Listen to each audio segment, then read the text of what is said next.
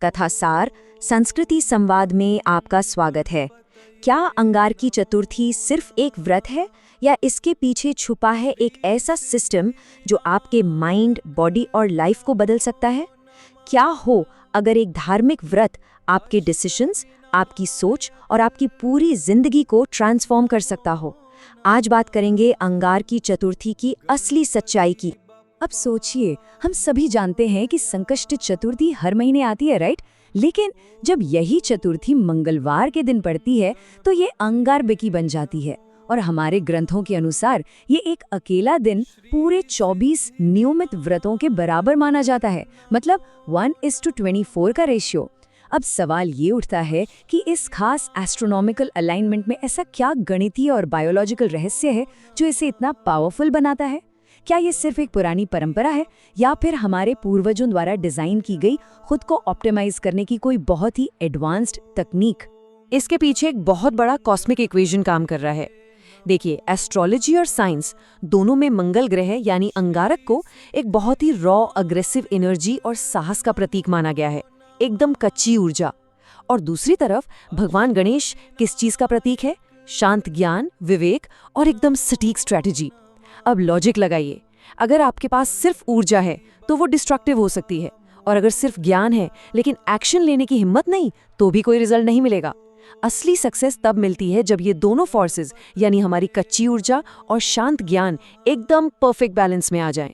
इसे समझने के लिए एक बहुत ही कमाल की माइथोलॉजिकल स्टोरी है। भारद्वाज ऋषि के पुत्र थे जिनका नाम था अंगारक। अंगारक शब्द का मतलब ही होता है दहकता हुआ कोयला। ये कोयला दरअसल हमारे अंदर के अहंकार, हमारी उग्र ऊर्जा और एक्शन लेने की प्रेरणा को दर्शाता है। कथा के अनुसार उन्होंने भगवान गणेश की हजारों सालों तक बहुत कठोर तपस्या की। लेकिन यहाँ एक बहुत बड़ा ट्विस्ट है। जब गणेश जी ने उनसे वरदान मांगने को कहा तो उन्होंने कोई पैसा, पावर या राजपाट नहीं मांगा।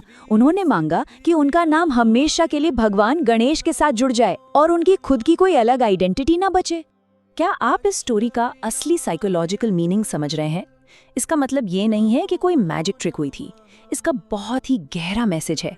जब इंसान का वो कच्चा अग्रेसिव ईगो एक फोकस्ड और शांत ज्ञान के सामने पूरी तरह सरेंडर कर देता है, तब होता है हमारा असली आइडेंटिटी अपग्रेड। ये हमें सिखाता है कि इंसान की रियल ग्रोथ, उसका असली ट्रांसफॉर्मेशन वहीं से शुरू होता है जहां उसका ईगो खत्म होता है। भाग 1, अनुशासन का जीव विज्ञान। चलिए अब माइथोलॉजी से निकलकर थोड़ा बायोलॉजी की तरफ चलते हैं। आखिर सूर्योदय से चंद्रोदय तक इतना स्ट्रिक्ट फास्ट रखने के पीछे साइंटिफिक मैकेनिज्म क्या है? क्या आपने ऑटोफेगी का नाम सुना है? जब हम 12 से 14 घंटे का उपवास रखते हैं तो हमारी बॉडी अपना एक रीसेट बटन दबा देती है।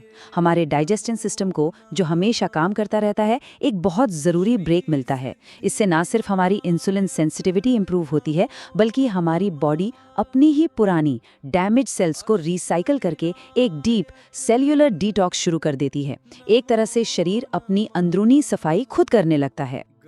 और मजे की बात देखिए, इस फिजिकल डिटॉक्स के साथ साथ एक मेंटल डिटॉक्स भी हो रहा होता है। आज की दुनिया पूरी तरह से इंस्टेंट ग्रेटिफिकेशन पर चलती है ना? हर छोटी चीज पर हमें डोपामाइन का एक क्विक स्पाइक चाहिए होता है। फास्टिंग का ये प्रोसेस मॉडर्न लाइफ के इस लूप को तोड़ने का एक बहुत ही शानदार बिहेवियरल टूल है।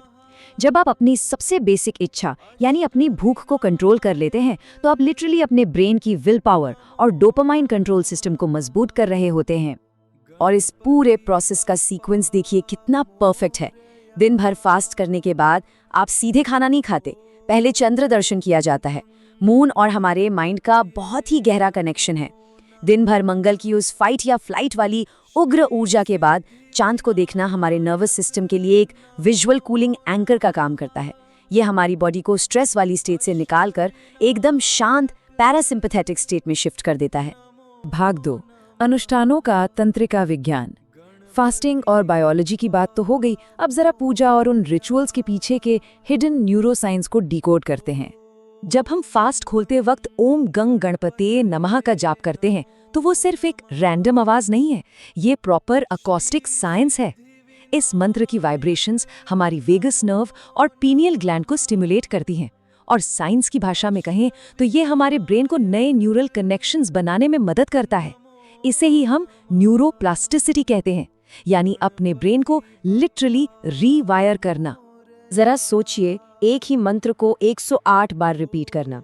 सुनने में शायद बोरिंग लगे, पर असल में ये एक बहुत ही डीप और फोकस्ड मेडिटेशन है।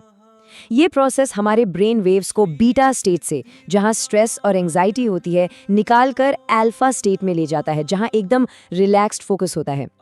ये हमारे ब्रेन के उस हिस्से को शांत करता है जो डर पैदा करता है और हमारे प्री फ्रंटल कॉर्टेक्स को स्ट्रांग बनाता है।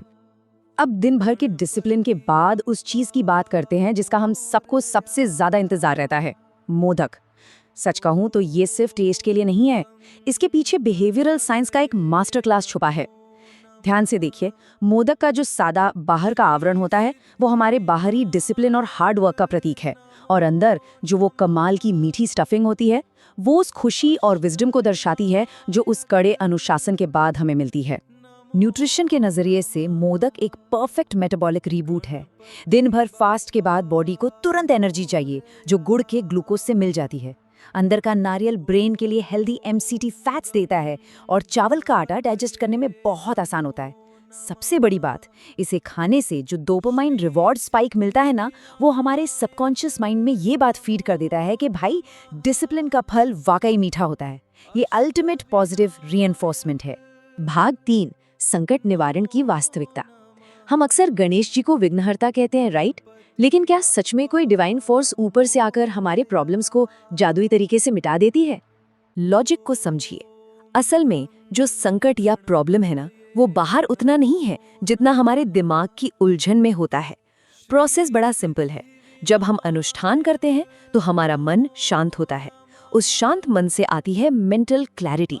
जब क्लैरिटी होती है तो हम हड़बड़ी में इम्पल्सिव डिसीजंस नहीं लेते, हम बेहतर और स्मार्ट फैसले लेते हैं, और यही सही फैसले हमारे जीवन की बाधाओं को कम करते हैं।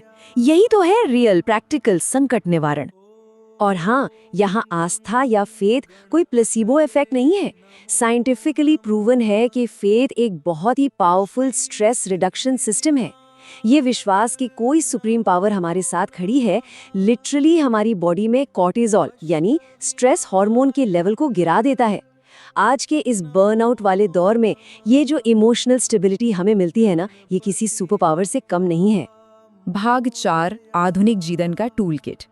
चलिए अब इस पूरी एंशिएंट नॉलेज को 21वीं सदी की हमारी भागदौड़ वाली जिंदगी के साथ जोड़ते हैं। अंगारकी चतुर्थी को आप सिर्फ कैलेंडर की एक लाल छपी हुई तारीख मत मानिए, इसे हर महीने का अपना एक पर्सनल मेंटल रीसेट समझिए। ये हमें भागती हुई लाइफ में एक पॉज लेकर स्ट्रेस कंट्रोल करना सिखाता है। ये हमें डिलेड ग्रेटिफिकेशन के थ्रू डिसिप्लिन बिल्ड करना सिखाता है। कैसे अपने गुस्से और रिएक्टिव नेचर को समझदारी में बदलना है, ये हमें इमोशनल इंटेलिजेंस देता है। और इस बहाने हम एक बहुत ज़रूरी कॉग्निटिव और डिजिटल डिटॉक्स भी कर लेते हैं। किसी ने बहुत सही कहा है, धर्म जब विज्ञान के साथ जुड़ता है तब वह जीवन जीने की कला बन जाता है। हमारी ये सनातन परंपराएं सिर्फ रस्में या कर्मकांड नहीं है दोस्तों, ये हमारे बॉडी और माइंड को पीक परफॉर्मेंस के लिए ट्यून करने के बहुत ही सोफिस्टिकेटेड सिस्टम्स हैं। तो आज का सबसे बड़ा सवाल ये है, क्या हम इस एंशिएंट लाइफ ऑप्टिमाइजेशन सिस्टम का इस्तेमाल अपने सामने आने वाले अगले बड़े चैलेंज को क्रैक करने के लिए करने को तैयार हैं? इस नॉलेज को सिर्फ सुनिए मत, इसे अपनी लाइफ में उतारिए।